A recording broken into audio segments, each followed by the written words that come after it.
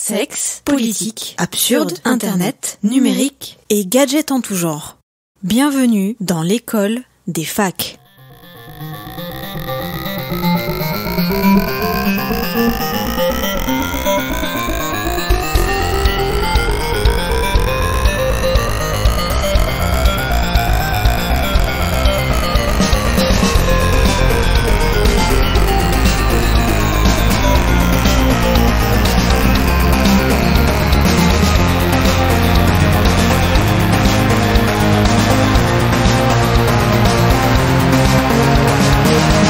Bonjour, bonsoir et bienvenue dans l'école des facs. Ce soir, c'est une équipe éducative réduite, c'est à cause bien évidemment de la pandémie. Et des cas contacts. Elle a bon dos. Des cas contacts, nous pratiquons donc la distanciation sociale à distance. Nous sommes tous éloignés d'à peu près 300 km. Au moins, on est dans le respect des gestes barrières. Ah oui. Vous l'avez reconnu, vous avez reconnu son humour, c'est Julien. Bonsoir la France, la Belgique et la Suisse et le Québec libre. Et le Maghreb.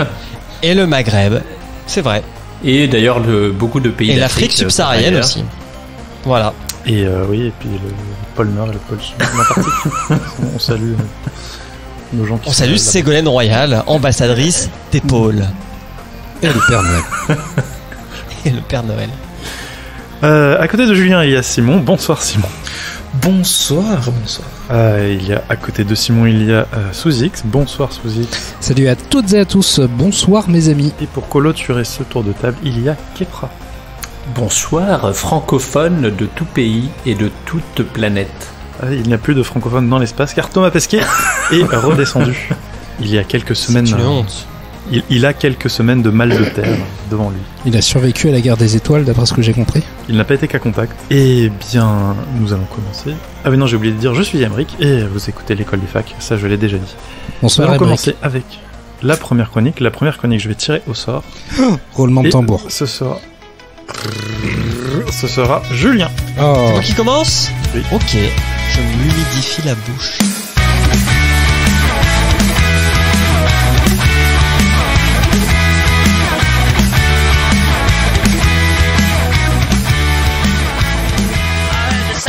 Qu'ont en commun les États-Unis, la Russie et Israël ? Le Covid. La F1. Il n'y a pas de Grand Prix de F1 en Israël. Ah ouais, pardon. Et la réponse n'a rien à voir avec le Covid ou un vaccin. Non. Ce sont les 3 seuls pays qui ne peuvent être ciblés par le logiciel d'espionnage le plus puissant du monde, Pegasus. La légende de Pégase, est-ce que vous la connaissez ? Très peu. Alors, Pégase, c'est le fils de Poséidon et du sang de Méduse. Vous savez, la femme avec qui vous pétrifie.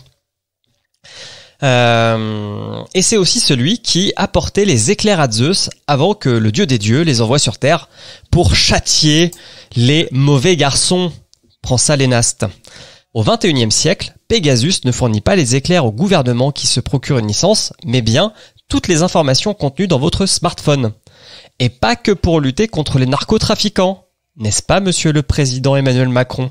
J'y reviendrai plus tard. Ça dénonce. Ça, c'est pas moi qui dénonce, hein, c'est les journaux. Né à la fin des années 2000, NSO, pour ses 3 fondateurs, Niv Karmi, Shalev Ulio et Omri Lavi, est une entreprise israélienne. Si vous avez écouté un très très très vieil épisode de l'école, vous savez qu'Israël forme de très bons combattants pour lutter sur le cyberespace. C'est à ce jour, je pense, la chronique encore la plus longue ouais. de l'histoire de ce podcast. Et un peu comme en Corée du Nord, elle a même son petit nom, cette unité, c'est l'unité 8200. Alors les fondateurs de NSO, qui est l'éditeur de Pegasus, ils ne viennent pas de cette unité, par contre ils recrutent massivement chez elle. Et son premier produit est une technologie qui identifie des objets dans des films et des séries pour les proposer aux spectatrices. On est encore loin de l'espionnage. C'était pas le truc le plus vendeur, mais ils avaient un autre petit produit sous la main. C'est un outil pour faire le SAV des opérateurs de téléphonie mobile. Donc c'est un outil qui permettait de se connecter à distance sur les appareils des clients de l'opérateur, avec bien sûr le consentement du client. Et là, il y a des petites équipes d'espions gouvernementales qui se font c'est intéressant cette petite techno. Et c'est ainsi que naquit Pegasus, qui eut pour premier client le Mexique. Pourquoi pas. Non. En fait, l'outil, il est vendu pour aider les États à surveiller les menaces intérieures. Alors, selon NSO Group, ils font même un audit avant chaque vente pour s'assurer que les intentions des gouvernements sont louables. Donc normalement, c'est un outil qui permet de monitorer, de surveiller les téléphones portables des gens qui pourraient présenter un problème à l'ordre public. Évidemment. Mais très vite, ça dérape. Sauf que le temps qu'on s'en rende compte, il s'était déjà passé 6 ans. Parce que oui, l'outil, il est très très propre. Il est pratiquement invisible pour la personne infectée et sans un check-up par des experts en sécurité, il est impossible de s'apercevoir de la présence de Pegasus, aussi bien sur les Android que sur les iPhones. Et oui. Non. Alors le premier donneur d'alerte, ça sera Ahmed Mansour, qui est un activiste émirati, qui est bien sûr bien critique envers le régime en place. Et il va donner son téléphone à des experts canadiens qui vont dire « Ouais, il y a Pegasus qui est sur ton téléphone, gars, donc tout ce que t'as dit, ça a un peu leaké. » Mais ce qui va mettre NSO dans la sauce, c'est l'assassinat de Jamal Khashoggi, désolé si je prononce mal, qui est le fameux journaliste saoudien dont on a tous un peu entendu parler, qui est mort, qui s'est fait tuer dans le consulat d'Arabie Saoudite en Turquie, dissous dans une baignoire, tout ça. Celui qui avait été découpé en morceaux, là? Exactement. Ok. Alors, ses proches se sont rendus compte qu'ils avaient été infectés par Pegasus. NSO a dit, non, c'est pas vrai.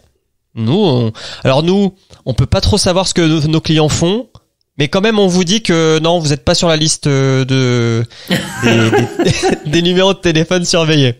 Parce que bon, ils peuvent pas voir, sauf s'ils ont un doute. Ils ont leur propre backdoor.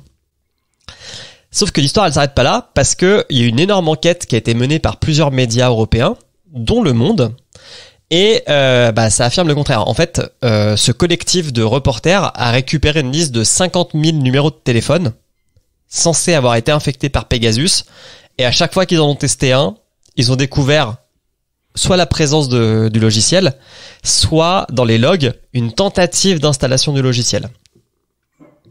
Donc une liste plutôt fiable. Et dans cette liste, on trouve la femme de Jamal, ses proches, sa famille, tous infectés par Pegasus. L'autre grand incident qui a fait bruit en France, c'est la surveillance du téléphone d'Emmanuel Macron, d'Édouard Philippe et de tous les ministres régaliens par le Maroc. Pourquoi ? Est-ce qu'on plante de la bœuf dans les jardins de l'Élysée ? Et est-ce que ça inquiète Mohamed VI ? Non, je ne crois pas. Alors, pour être précis, sur les téléphones qu'a pu tester Le Monde, il n'y avait pas le logiciel d'installer. Par contre, il y avait des tentatives d'installation du logiciel. À chaque fois, dans des timings où ces personnalités-là avaient une actualité. Par exemple, ils ont pas mal regardé le téléphone de François de Rugy, qui était ministre de je ne sais pas quoi, un truc, on s'en fout. Le jour où il a présenté sa démission, on voit une tentative d'installation du logiciel sur son téléphone. C'est marrant, hein ? Très. Sauf que c'est marrant, mais ça fait pas trop rire le gouvernement français ni les renseignements généraux. Puis nous, ça nous fait pas trop rire non plus. Alors, est-ce qu'on a une parade contre NSO et son Pegasus ? À notre petite échelle, non. L'entreprise dépense des millions de dollars en recherche et développement pour trouver des failles dans les 2 principaux OS de téléphonie, et elle se garde bien de les dévoiler à Google et Apple. L'entreprise engage aussi des politiques dans ses différents conseils pour mettre de l'huile dans les rouages diplomatiques. Il y a pas très longtemps, il y a l'ancien ambassadeur, je crois, des États-Unis, français, donc l'ambassadeur français aux États-Unis, qui s'est fait virer parce qu'il avait accepté un job dans le conseil d'éthique de NSO Group. Et ça, le gouvernement français, il a pas trop apprécié. Donc avec je sais plus c'est quoi là, le moratoire de la haute indépendance de la vie politique, je sais pas quoi là, 105 lettres, ça commence par achat, mais ça dégage. Alors, toutefois, tout n'est pas perdu. Et le salut vient peut-être de là où on ne l'attend pas. Est-ce que vous avez une idée, ceux qui n'ont pas lu la chronique ? Le Le chiffrage des données de bout en Non. bout sur WhatsApp. Parce qu'on vous Sur rappelle que WhatsApp, WhatsApp ne peut pas lire vos messages. Eh bah, tu as bon dans ta réponse, qui est ironique. Je vais y venir Joe après. Biden. Le premier, on va dire, sauveur, c'est en fait le plus grand espion sur Terre, c'est le gouvernement américain. Qui lui, il aime pas trop NSO Group parce que il est pas américain, puis 2, il fout un peu la merde partout. Alors, le gouvernement américain vient de placer NSO sur la liste noire d'entreprises soumises à d'importantes restrictions en matière d'exportation et d'importation, comme Huawei l'avait été l'année dernière.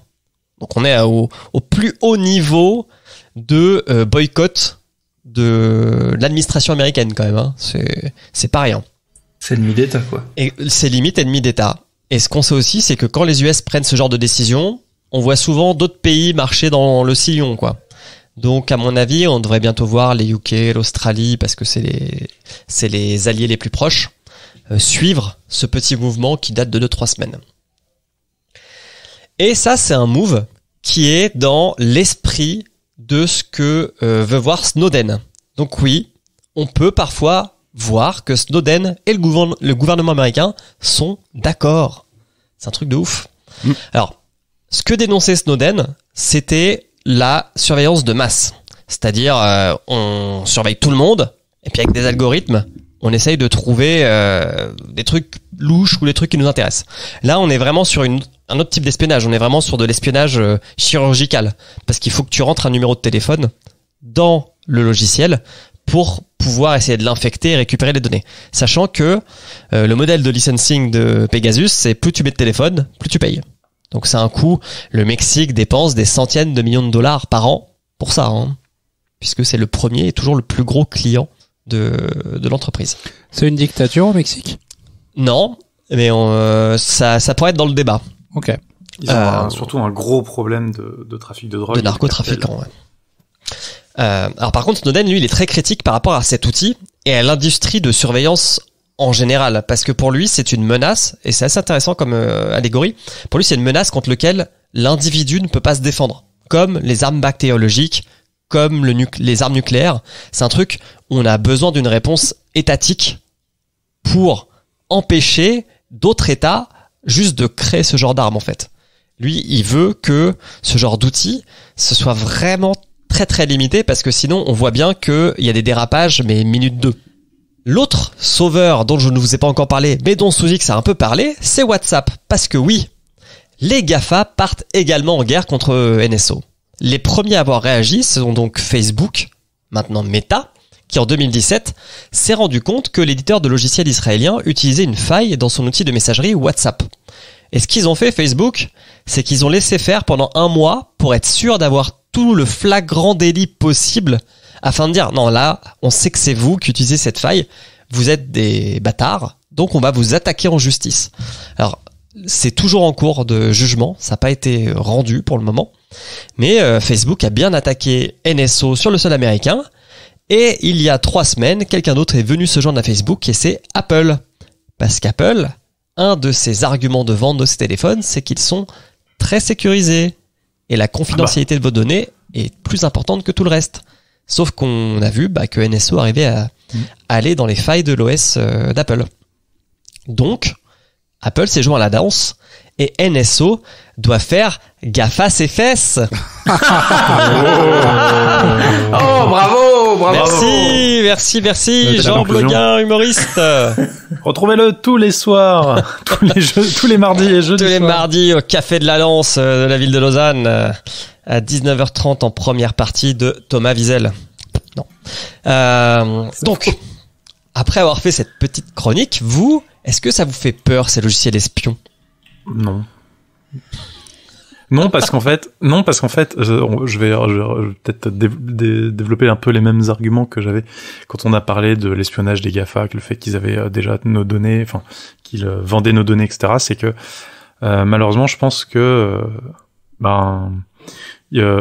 NSO, c'est que la partie émergée de l'iceberg et qu'il y en a d'autres, et notamment la NSA, enfin des trucs étatiques qui ont déjà leur leurs pieds dans des backdoors qu'on ne connaît pas, qui exploitent tout. Donc, alors, en tout cas, le Pegasus, je me doute bien que mes appareils sont vulnérables et que de toute façon, je ne peux rien y faire. Donc, je vois pas pourquoi ça me ferait peur, vu que, si j'en ai peur, la seule réaction, la seule solution, ce serait de n'avoir aucun appareil connecté à un réseau. Est-ce que tu veux dire par là que les pires des espions, c'est ceux qu'on connaît? Un peu comme 007, le pire espion de tous les temps, parce que le plus connu au monde. Pegasus, le fait qu'il soit connu veut probablement dire que ce n'est pas le meilleur outil. Parce que s'il n'était le meilleur outil, on ne le connaîtrait pas, on n'aurait même pas connaissance de son existence, quoi. À partir du moment où ils font la une des journaux parce qu'ils se prennent des procès, je pense que c'est pas bon pour eux, quoi. Mais c'est ça, mais il y a d'autres outils qui existent, dont on n'a aucune connaissance, qui sont probablement encore plus performants et qui resteront bien sous le radar le plus longtemps possible, quoi. Donc, je pense pas que ce soit celui-là qu'il faille craindre le plus. Et peut-être même que NSO a une compagnie sœur qu'on ne connaît pas, qui s'est créée au moment où ils se sont dit ça sent le roussi et on va jeter bébé avec l'eau du bain et puis on va se cacher. Oui, puis c'est vrai que là, il y a même pas l'argument de toute manière, j'ai rien à cacher, donc c'est pas grave, parce que en effet, je pense que Pegasus, justement, en tant que tel, c'est pour des gens suffisamment importants, etc. Et je pense qu'on est loin d'être la cible de potentielles personnes qui voudraient utiliser Pegasus, à l'inverse de tout ce dont on n'entend pas parler, où là, en effet, c'était le coup des téléphones chinois à bas prix, où on se dit, tiens, il y a des backdoors qui sont installés de base, des choses comme ça, où là, en effet, potentiellement, tout le monde écoute tout et n'importe quoi, mais Pegasus à proprement parler, je pense que le commun des mortels n'a pas trop à s'en préoccuper, quoi. Est-ce que tu places les youtubeurs dans le commun des mortels? Les petits youtubeurs qui n'ont pas d'influence, mais oui, dès que tu deviens une personnalité connue, publique, tu es dans la cible, oui. Parce que le Maroc a mis des youtubeurs français sur écoute avec leur outil, hein. Ils ont vraiment ratissé large. Ouais, est-ce que c'est vraiment si large que ça? Quelqu'un qui est suivi par 3 millions de personnes, il peut avoir une influence, tu peux avoir envie de savoir ce qu'il dit derrière dans les coulisses ou des choses comme ça, ça ne m'étonnerait pas. Notamment si tu veux l'inviter pour faire... c'est ça, j'allais dire, vu le nombre de youtubeurs qui sont invités pour aller dans des pays qui pourraient être intéressés et qui utilisent ce type de technologie, oui. Ou rencontrer Macron. Oui, c'est ça, c'est exactement le type de pays que je voulais évoquer. Pour vous donner un petit peu le type de personnes qu'espionnait le Maroc en France. Donc il y avait des youtubeurs, des avocats, des journalistes, des imams, des prêtres et des athlètes sportifs. Les athlètes. D'accord. Parce que c'était une question qu'avait Souzix à un moment, mais les États qui achètent ce genre d'outils, on va dire que c'est pas ceux qui sont le plus haut dans le classement de Reporters sans frontières, quoi. D'un point de vue liberté de la presse, d'un point de vue gouvernement dictatorial, respect des droits de l'homme, etc.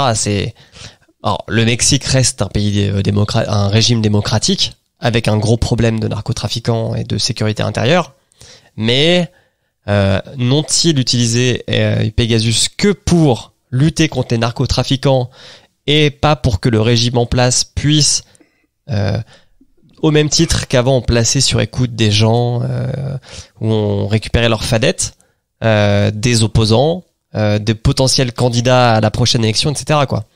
C'est un peu ça aussi les dérives qu'on voit avec ce genre d'outils. Il y a quelques années, il y avait 4-5 ans, il y avait eu une histoire d'un terroriste aux États-Unis dont on essayait de débloquer l'iPhone. Et il me semble qu'il y avait une société israélienne aussi qui était détentrice d'un logiciel capable de casser le verrouillage de l'iPhone. Est-ce que c'est la même société? Non. Non. Alors, je vais te la retrouver. C'était à San Bernardino. Sinon, ton histoire, elle me fait penser à une vidéo que j'ai vue sur YouTube il y a pas très longtemps de Sylpquin, pour ceux qui connaissent, qui expliquait en fait l'histoire qu'il y avait eu après la Seconde Guerre mondiale, dans une utilisation dérivée de la machine Electra un petit peu plus perfectionnée, où les États-Unis avaient via la CIA fabriqué une machine pour chiffrer en fait les messages. et on avait vendu à tout un tas de pays dans le monde, et certaines machines qui étaient vendues à certains pays étaient bien entendu équipées de backdoor, et donc tous les renseignements étaient sniffés de la sorte assez facilement. Et c'est un truc qui a duré pendant des années et des années, jusqu'à la fin de la guerre froide. C'est un reportage que je vous encourage à aller voir. Ça s'appelle « Comment la CIA a espionné le monde entier, l'affaire Crypto AG ». Ok. De Sylvie. On va le mettre dans la description à la limite. Ouais, je mettrai le lien. Et l'entreprise israélienne qui avait pété le code de l'iPhone, c'est Cellbrite. Ouais, ça, ok. Et non, comme les autres, j'ai pas peur pour mes données, je les donne déjà avec grand plaisir pour tous les services gratuits dont je suis le produit. C'est marrant. Est-ce que quelqu'un a quelque chose à rajouter? Une fois. Ah, oui. 2 fois. Très, très rapidement.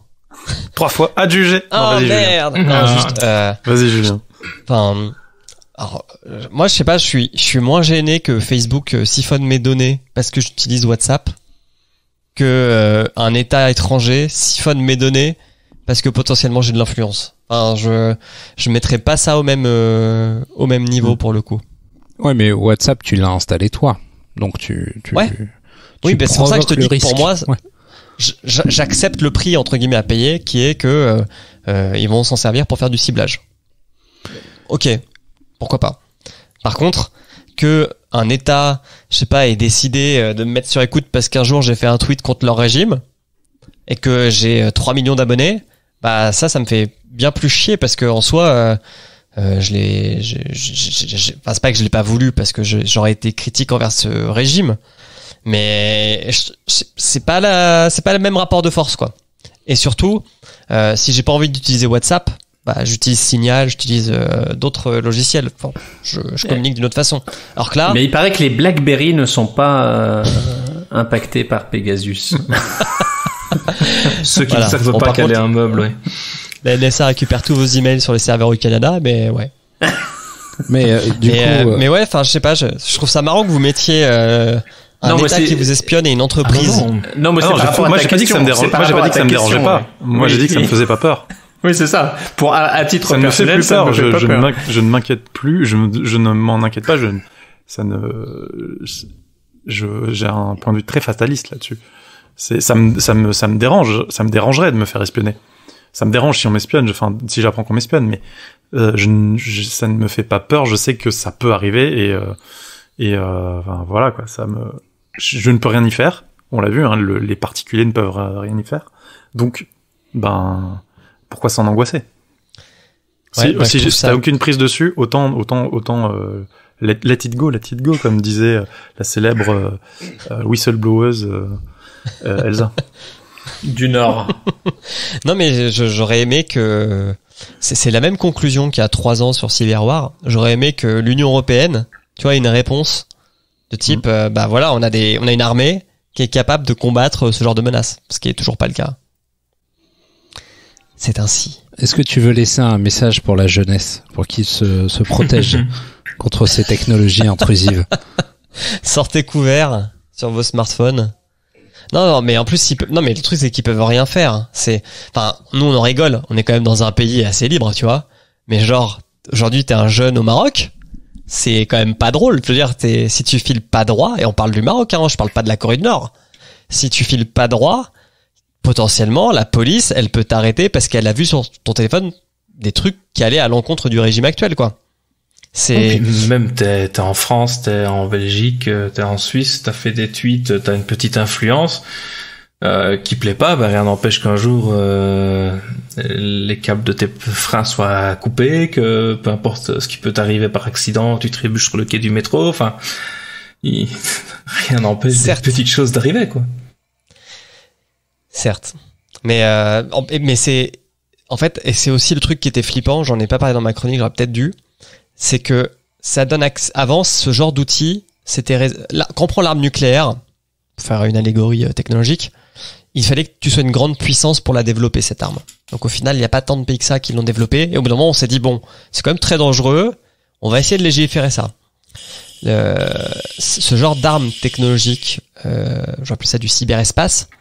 même si t'es le plus petit pays au PIB très très faible, tu peux l'acheter en fait. T'as plus besoin de le développer.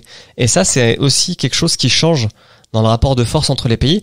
C'est que hier, un pays comme le Maroc aurait pas pu développer cet outil, et d'ailleurs ne l'a pas développé. Par contre, il l'a acheté à un autre pays. Et c'est un peu la même. Enfin, ça peut paraître un peu étrange, mais c'est la même chose que la Russie qui fabrique des Kalachnikov en masse et après qui les vend à d'autres pays pour faire la guerre. Enfin, là, on est quand même sur le même type de, d'échanges commerciaux entre deux pays, quoi. C'est-à-dire qu'un pays qui arme d'autres pays pour faire la guerre sur un autre espace que le monde physique, qui est le monde virtuel, contre ses opposants. Et il y a aucune, comme le dit Snowden, il y a aucune législation aujourd'hui sur ce type d'arme parce que ça reste une arme. Et c'est là où ma chronique va prendre tout son sens. Teasing. C'est parti.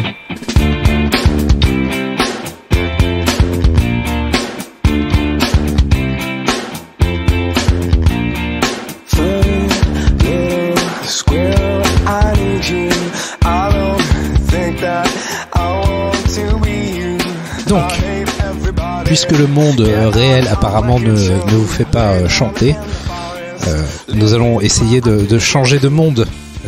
Ce sera très bien. Second Life, je connais. Exactement.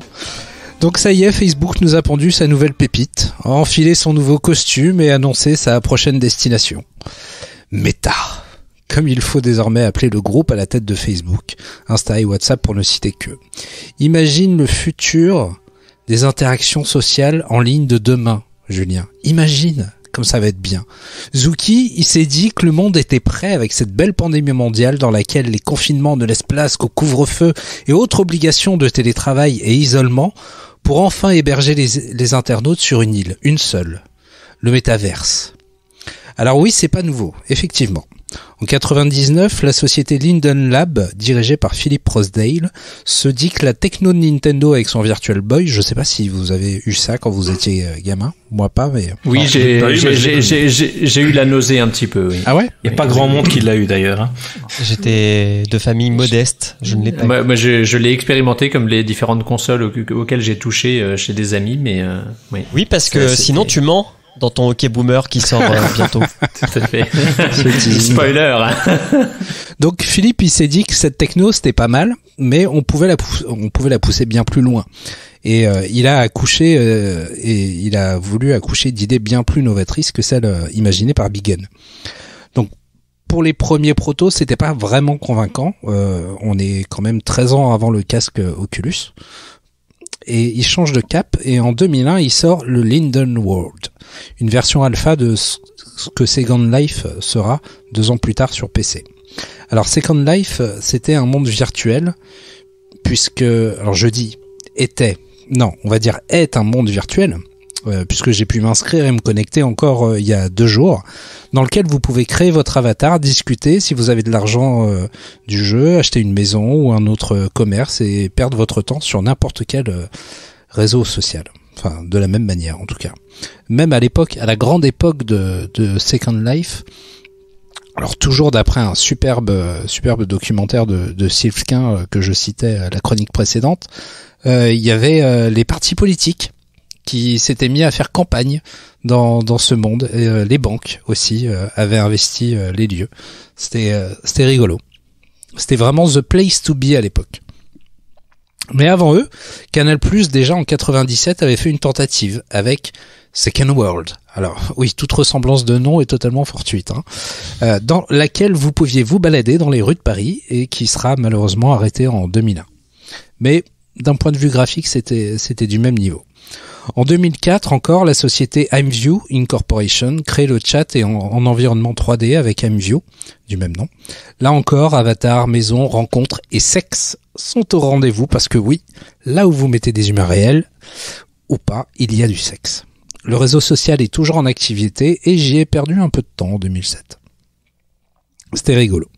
Mais revenons-en à Meta. Meta. En quoi le monde de Facebook peut-il être la killer app du social virtuel modélisé ?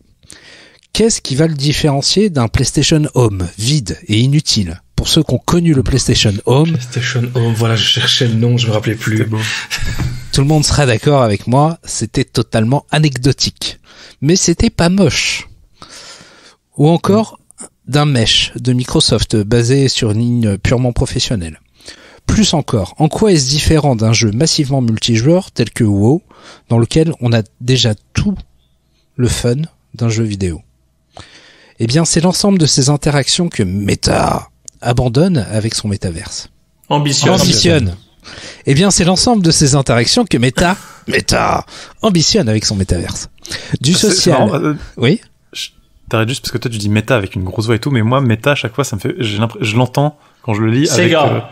Voilà, méta. Ouais, pareil. Un peu en mode sauveur du ciel. Voilà. Donc, pardon. Mais mais pas de souci. Donc le métaverse, c'est du social, du pro et du fun avec un look de Mi, les avatars de Nintendo sur Wii. Pour le moment, on en est là. Ouais, ou de Xbox. Ou de Xbox, tout à fait. Ouais. Au final, la seule différence visible à l'heure actuelle, c'est le côté pro. Meta veut vous faire travailler dans son monde. Vos réunions virtuelles afficheront l'écran de votre PC en temps réel dans le métaverse pour que vous puissiez être 100% immergé dans vos réunions. Vous avez hâte, je le sens. Et surtout toi, Julien. Ah oui, calmez-moi. Et vous, mes amis, quel avenir voyez-vous à ce monde virtuel? Quelle place pouvez-vous imaginer qu'il prenne dans votre vie si un device accessible et accepté, dirais-je, devient raisonnablement être mis à votre portée? Quelle technologie dont on a parlé récemment et qui fait grand bruit, je pense aux NFT, je pense aux crypto-monnaies. D'ailleurs, Facebook a abandonné Libra assez rapidement, la monnaie qu'il voulait créer, parce que les grandes puissances monétaires de ce monde n'ont pas voulu suivre. Ils ont renommé ça Diem aujourd'hui. Ils ont quitté Genève. J'avais failli postuler chez eux. J'ai bien fait de pas le faire. Comment voyez-vous l'intégration de toutes ces tendances technologiques au travers d'un éventuel Second World? Moi, je veux bien m'exprimer sur le sujet. Ma première réaction est un peu similaire à celle qu'il y avait eu. On va me rironner, mais à l'annonce de Google Wave. C'est-à-dire qu'en fait, Google Wave, ça a fini par mourir très vite et ça n'a été qu'un produit Google. Alors qu'en fait, quand ils en ont fait l'annonce, ils ont dit qu'ils lançaient le nouveau protocole qui allait remplacer l'email, etc. Et en fait, le problème que je vois là avec l'initiative de Facebook, c'est qu'en fait, ils veulent avoir un monopole sur le métaverse, enfin le métavers. Et pour moi, ça a pas d'intérêt si c'est comme ça. C'est que si c'est un internet, un web renouvelé, et voilà, et que donc on a une interconnexion entre des choses faites par plein d'acteurs différents, et qu'il n'y a pas une boîte qui contrôle tout ça, c'est intéressant. Et il peut y avoir le projet et tu pourrais mettre ton casque ou je ne sais quoi et te balader et aller dans l'univers Facebook, dans l'univers et chacun serait intercompatible l'un avec l'autre. Pourquoi pas? Et d'ailleurs, c'est ce que tu trouves aujourd'hui. Enfin, les métavers, il y en a plein. Tu parlais des NFT, et t'as des sites qui te proposent de faire tes galeries virtuelles, et donc, tu achètes des œuvres d'art en NFT et tu connectes ton wallet et tu peux afficher tes œuvres d'art pour montrer tes collections et tu les réorganises. Et donc, t'as pas chez toi l'opportunité de faire ça et tu veux montrer les choses. Tu fais venir les gens à une adresse et puis ils se baladent dans ta galerie virtuelle. Très bien. Mais du coup, oui, pour moi, l'intérêt, ça serait ça. Enfin, c'est dommage et ça ne m'intéresse pas de me dire tiens, je vais aller dans le métavers de Facebook. Je m'en fous. En fait, ce qui m'intéresserait, c'est que ce soit un mix de tous les acteurs possibles et imaginables et pas contrôlé par un seul. Donc tu penses que comme Google Wave, ça va faire une vaguelette sur un océan d'indifférence? Je pense que à l'inverse de Google, qui est quand même réputé depuis un paquet d'années pour lancer des initiatives sans trop y mettre les moyens et sans aller jusqu'au bout des choses, je pense que Facebook est beaucoup plus jusqu'au boutiste, et Facebook est beaucoup plus orienté utilisateur dans son approche, le côté marketing, etc. Ils sont beaucoup plus en avance que Google, qui pense la techno. Donc je pense que Facebook va pas lâcher là, et c'est plus moi qui pendant un temps resterai en dehors des clous, alors que peut-être que ça va totalement prendre, mais en tout cas c'est pas la vision que j'en ai quand je pense métavers, évolution de l'internet pour une expérience plus immersive. C'est pas du tout un truc géré par un acteur monopolistique comme ça. Est-ce qu'on a des idées par rapport à l'accessibilité de l'outil, par contre? Alors pour l'instant, non-voyant, ce genre de choses, comment est-ce qu'ils vont pouvoir... Alors avant même de te préoccuper de l'accessibilité à ce niveau-là, c'est une accessibilité technologique où pour l'instant il faut juste avoir le Oculus Rift 2.0 ou je sais plus comment il s'appelle, leur dernier Oculus, hein.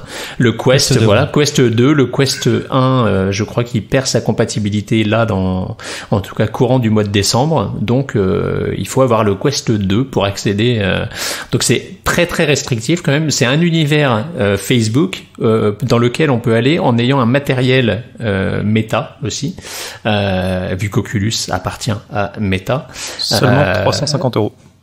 Seulement 350 €. C'est pas cher. 300 francs, parce que la TVA est plus basse en Suisse. Les appareils tout à fait électroménagers. Et après, en effet, oui, l'accessibilité pour les personnes avec des déficiences soit visuelles, soit auditives, soit tout et n'importe quoi, je n'en ai aucune idée, mais je pense que ça n'a pas été la priorité. Quoique, parfois on est surpris de voir ce qui est faisable, donc je sais pas. Alors, pour les déficiences visuelles, on pourra pas faire grand-chose. En tout cas, c'est pas le but. Mais là où je pense que tu pars d'un mauvais point, c'est que j'imagine très bien que la vision de Facebook, en fait, c'est de poser les bases de l'univers. C'est pas de faire un Facebook, un monde Facebook. C'est d'être le premier aujourd'hui à se mettre sur le marché pour créer les fondations de tout ça. Et d'amener, pour le casque, c'est pareil, pendant un moment... Et d'avoir ses propres backdoors. Et d'avoir pour les casques, il y avait pas mal de constructeurs qui s'étaient réunis pour faire une sorte de norme mix reality sur Microsoft, et t'avais plein de constructeurs qui avaient construit des casques et qui étaient pas chers, qui étaient accessibles. Ça, c'était dans les 200 € environ. J'en avais testé un de chez HP. Rappelle-toi les lunettes pas de cher Google, relativement au Rift qui était et à l'autre de c'était quel constructeur qui en avait un autre HTC Vive qui tournait autour des plus de 1500 balles.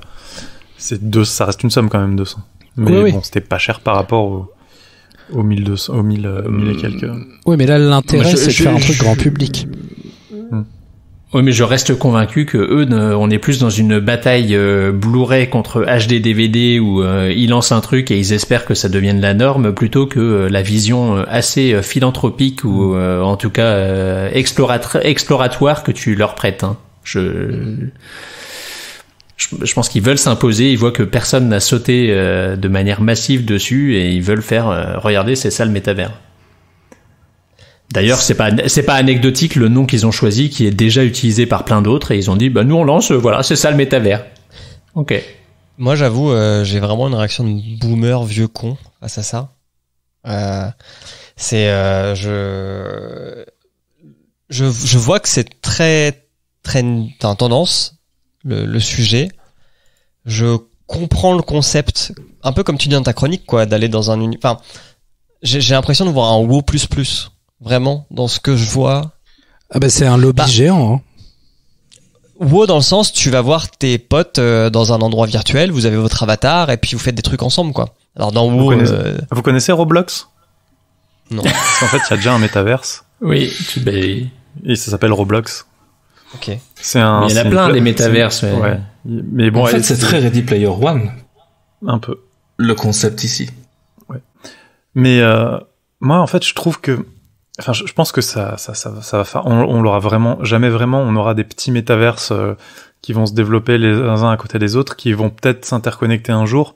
Mais par exemple, comme il y a Roblox, la plateforme de jeu où en fait tu peux te retrouver avec ton avatar, avec l'avatar de tes amis et leurs avatars, et jouer à des jeux développés par des gens dans Roblox. Il y a Minecraft aussi, je crois, où tu peux t'as une espèce de tu peux te proposer des jeux à la communauté et tout le monde des gens se retrouvent dedans, etc. Mais je pense que ça ira pas plus loin que ça, jusqu'à ce que les différents univers se connectent les uns avec les autres.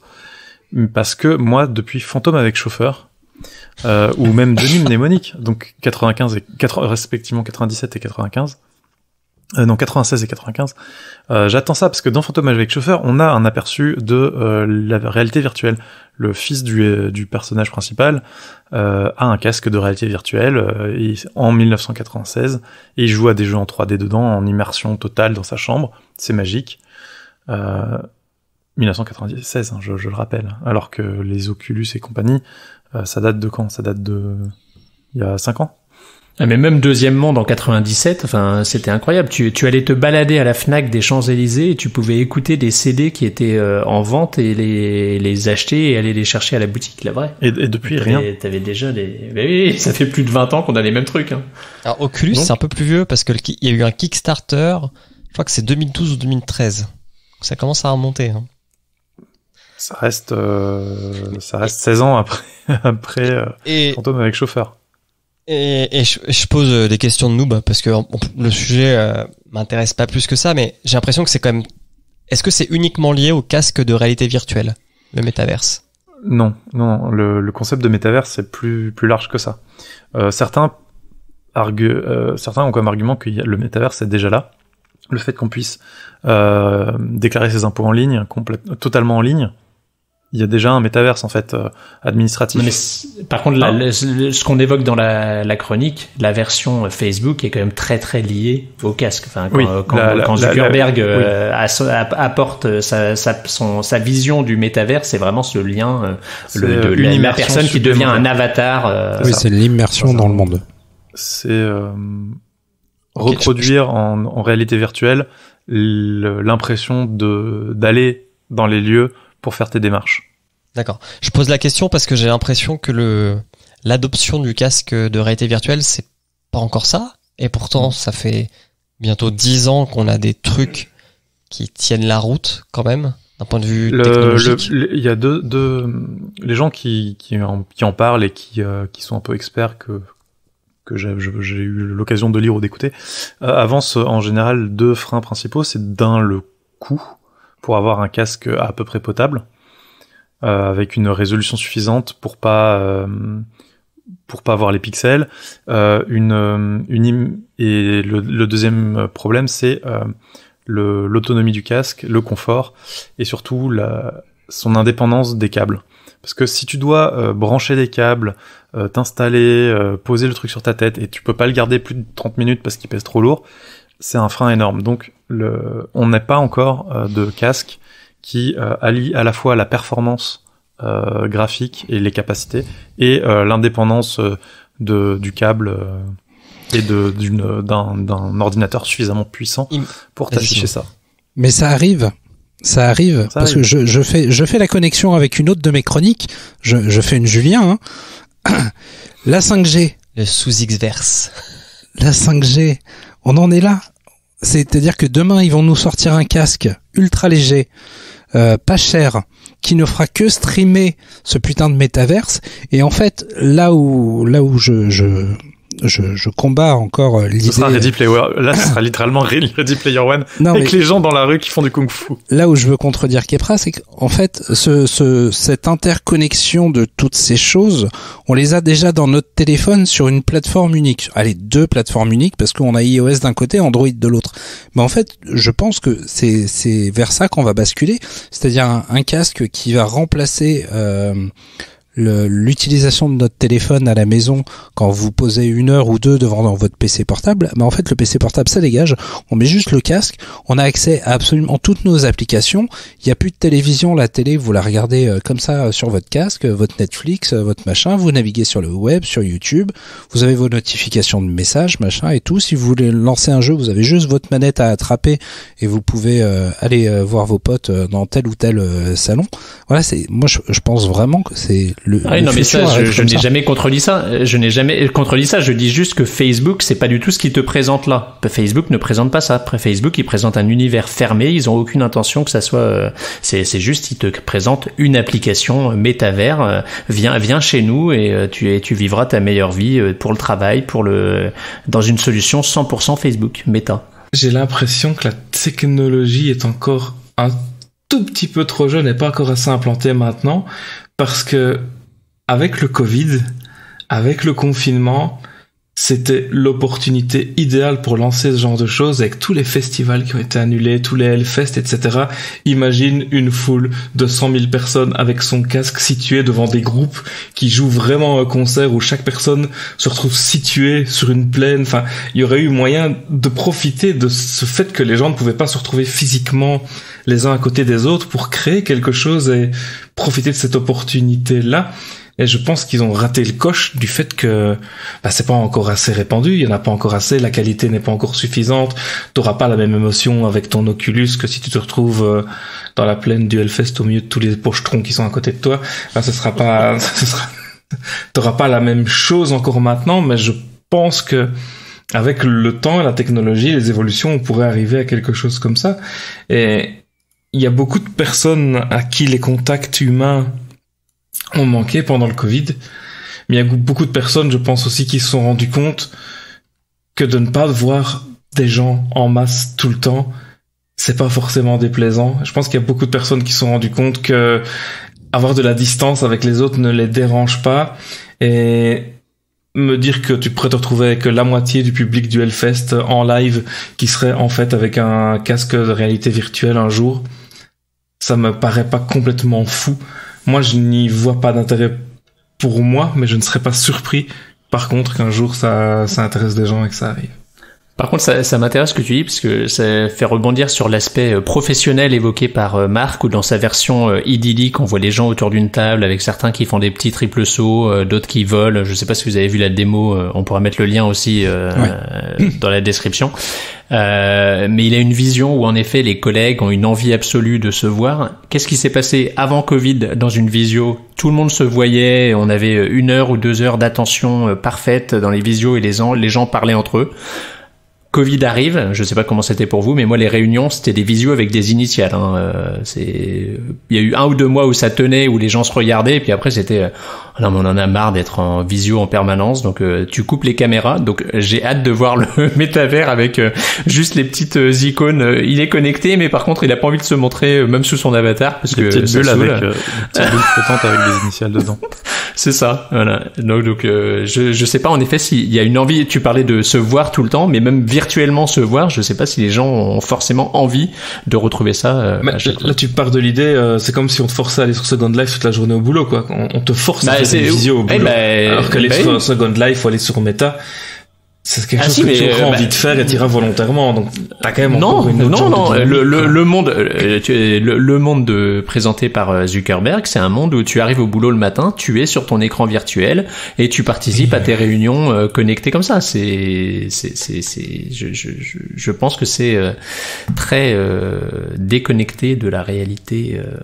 Il est très déconnecté de la réalité. Il me semble que quand le Quest 1 est sorti, je crois que c'est le 1, qui était du coup une nouvelle version de l'Oculus Rift, il y a eu quand même de grandes levées de boucliers parce que tu ne pouvais pas l'utiliser sans compte Facebook. C'est bien celui-là, hein. Mm-hmm. Oui. Et je pense que, comme le disait Kepra, Facebook c'est peut-être pas le meilleur acteur pour faire pour promouvoir une nouvelle techno à grande échelle que tout le monde va accepter d'utiliser, parce que malheureusement pour eux, il y a trop de défiance envers cette boîte, quoi. Ça, c'était la première chose. Et la deuxième chose, c'est, je parlais en rigolant des Google Glass, mais j'ai encore l'impression que le fait de porter un truc sur sa tête, que ce soit de la réalité augmentée avec les Glass ou virtuelle avec l'Oculus, c'est pas encore totalement démocratisé non plus, quoi. Il y a encore un petit, c'est pas de la Uncanny Valley, mais j'ai l'impression qu'il y a encore un peu de gêne d'être dans une pièce avec quelqu'un qui aurait ce genre de choses sur la tête. Alors, un adulte, je vais prendre quelqu'un d'une trentaine d'années et plus. Aujourd'hui, je suis d'accord avec toi.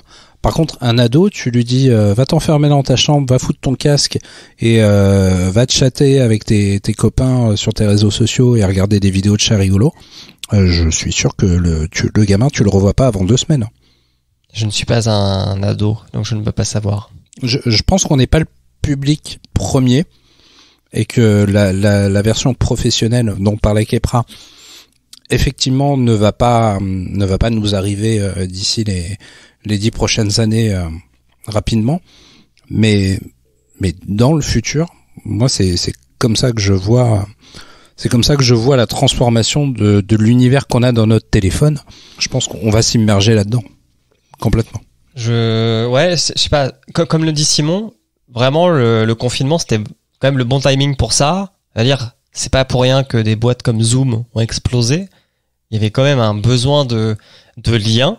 C'est-à-dire, ok, il y a des gens qui ont découvert que être seul chez soi, ça avait parfois du bon. Mais il y a aussi des gens qui avaient besoin de liens et qui avaient besoin d'outils pour se relayer entre eux, quoi. Et les logiciels de visio ont quand même bien marché pendant cette période-là. Et pourquoi? Parce que le Quest existait déjà, tu vois. Pourquoi les gens sont pas partis dans ce métaverse à l'époque? Parce que pour le moment, le Quest, si tu veux, il est marketé en tant qu'accessoire de jeu vidéo. Et le jeu vidéo, ça a beau être le média culturel le plus rentable aujourd'hui, c'est pas le truc le plus accessible et qui parle au plus de monde. Mais en attendant, pendant le confinement, effectivement, on a vu les visioconférences exploser, et c'est là où aussi où on a vu les algorithmes de travail de fond derrière la visio. Je sais pas si vous voyez de quoi je parle, mais on pouvait changer nos fonds. Et ça, c'est un truc la technologie de ce truc-là a explosé à ce moment-là. Donc ouais. Effectivement, oui, mais c'est le même device. Et changer de device, c'est quand même quelque chose d'important. Je suis d'accord avec toi. De changer de soft. Mais est-ce que Apple, avec la façon dont ils ont designé leur nouvelle puce M1, est-ce qu'on n'est pas en train d'avancer petit à petit, à mettre une brique devant l'autre pour réussir à faire cet écran ultra portable, ultra autonome vers on attend le casque VR ou les lunettes de réalité augmentée bien sûr d'Apple. On les attend avec impatience. Mais c'est peut-être eux qui vont tuer le game. Proposer parce que c'est sûrement quand ils vont proposer leur truc, qui sera sûrement très très cher et inaccessible, que ça va être copié par des gens, par d'autres sociétés. Mais c'est là où j'imagine beaucoup plus un fabricant hardware lancer une initiative qui fera un univers avec une sorte de market. Mais Facebook, Meta, ils le sont. Meta, ils le sont. Oui, mais ce que je veux dire, c'est que l'offre qu'ils proposent est un univers dans lequel tu te balades et où ils proposent tout. J'imagine beaucoup plus un truc à la Apple où tu arrives, tu lances ton machin et tu peux naviguer à travers des choses qui sont proposées par différents développeurs d'applications, des sites web, etc., qui sont adaptés pour se balader. Certainement très fermé comme Apple sait bien le faire et surtout très trié sur le volet. Oui, mais c'est toujours très quand même proposé par différentes entités. Enfin, on n'est pas dans un univers 100% clos et c'était aussi le succès d'Apple là-dedans. C'est que ils ont beau être fermés, ils ont compris qu'il fallait qu'ils laissent certaines fonctionnalités être gérées par d'autres, et ils ont dit les trucs qu'on est les mieux à même de faire, on vous permettra pas de venir nous concurrencer, mais par contre pour tout le reste, allez-y, faites-vous plaisir. Ah, mais je suis persuadé que Facebook va ouvrir la plateforme aux autres. Sinon, ça ne marchera pas, effectivement. J'en doute fort. Kepra, tu voulais rajouter quelque chose? Non, je sais, il y avait le silence. Ah. L'école est sceptique. L'école sceptique. Le podcast sur les canalisations. On doute de tout. Eh bien, si personne n'a rien à rajouter, nous allons conclure. Est-ce que, Souzik, tu veux faire le petit blabla de fin ou je m'en occupe? Est-ce que tu peux t'en occuper, s'il te plaît, parce que je commence à plus avoir de voix du tout. Oh, ok. Tu es qu'à contact de ton fils, c'est ça? C'est ça. L'école des facs est un podcast du label Podcut. Retrouvez tous les 20 et quelques podcasts du label Podcut sur le site podcut.studio. Si vous avez aimé cet épisode, si vous aimez nos épisodes, ou si vous aimez les épisodes des autres podcasts du label Podcut, vous pouvez les soutenir, grâce au Patreon, patreon.com/podcut. Voilà. Exact. Pour le prix, au début, c'est moins cher qu'un café. Par mois. Par mois. Tout à fait. Voilà. Merci à tous, à toutes. Bah, merci. Eh ben, merci. C'était fort intéressant. Merci bien. Merci les auditeurs et les auditrices. Et puis, on vous souhaite de bonnes vacances. Et de bonnes fêtes. Joyeux Noël.